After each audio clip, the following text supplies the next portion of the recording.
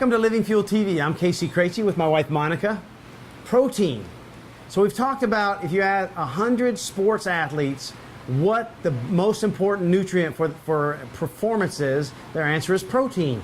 If you ask 100 doctors, their answer is all over the place. And when you talk about protein, you might hear from them, oh, too much protein is dangerous, it can cause kidney problems, and so on.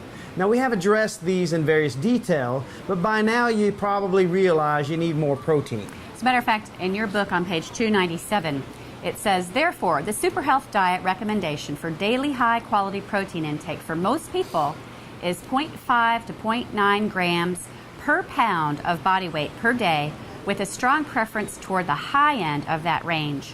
The more active you are, the higher side of the range.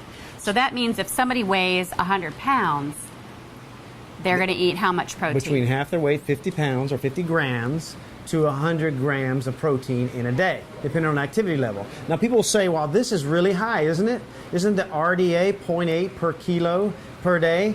Well, if you look at it in the detail, the RDA and the USDA flow together, and it really, if you work out the ranges, it really is between 1.4 and 2.0 grams per kilo. So the numbers we talk about are not outside of the professionally governmental recommended ranges. What we're saying is the research says that too much protein, a lot of protein, is not harmful to most people.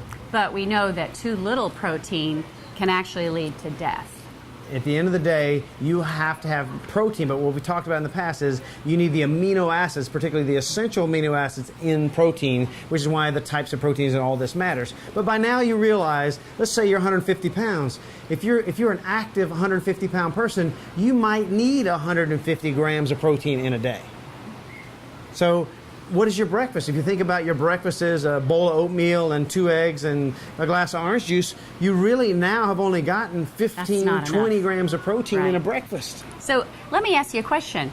Knowing that we have to have more protein than I usually thought, I mean, it wasn't until after I read your new book that I was like, wow, I'm not getting enough protein. Can we really get enough protein just by eating our regular food diet? I mean, it is possible, but we've talked about it. Seems really difficult. We talk about in the book that back-to-back-to-back meat meals is not healthy for anyone because of the digestive congestion and so many other issues. Having absorbable protein is very important. I mean, I say in the book, and I say it now, I do not believe that one can really be healthy without the use of powdered proteins, protein drinks, and so on. We talk about superfood smoothies being the basis of good health.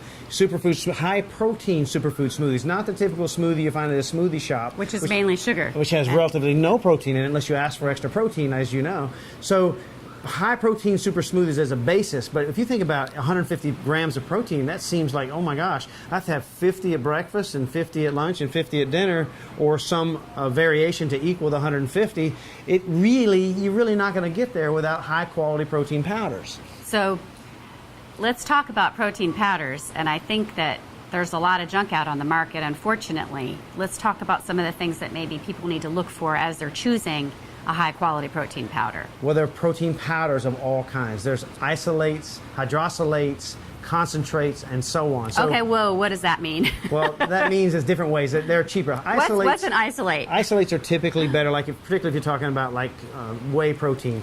An isolate, a lot of times you'll find a whey protein, it'll say whey protein isolate on the label, but then it'll say whey protein concentrate, whey protein hydrosylate, and so on. Hydrosylates are usually more expensive. That just means it's hydrolyzed the protein. Essentially, that pre-digests the protein for you. Is that good? It can be good, except for some of the processes use chemicals which break down the structure of the proteins. It done properly, protein hydrosylates basically will deliver essential amino acids quicker than another type of protein. So if you have a choice between an isolate or a hydrosylate, you pick the hydrosylate. Most of the time you'd pick the isolates because the microfiltration isolates, it's really getting more complex than you really want to get. But let's say that in milk, probably isolates because it really has less of the milk allergies, although people still have milk allergies when they have isolates.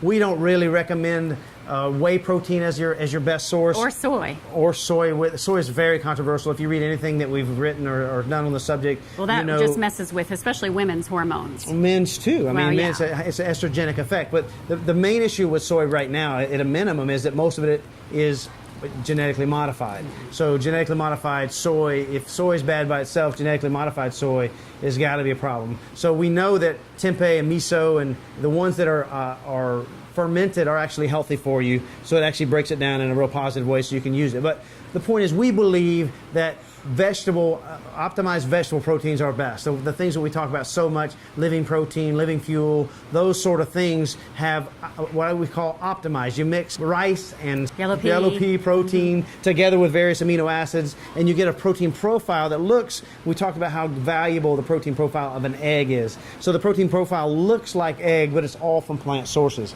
It really is the best way to go. Now, why is plant source the best way to go as opposed to meat source? Well, animal source protein causes reactions to some people. Like inflammation? Inflammation, snoring, I mean, things that you don't even, symptoms that you don't even realize could be coming from dairy products. So it also is more acidic. So vegetable is easier on the body, and we just prefer vegetable if it is optimized, because the benefit of animal protein is a very solid essential amino acid profile. If you can get the same profile from a clean vegetable source like we're talking about, it is definitely the best way to go. So incorporate protein powders into your life. I think we need to talk more about that in the next session. We'll talk more about it. God bless you and have a great day.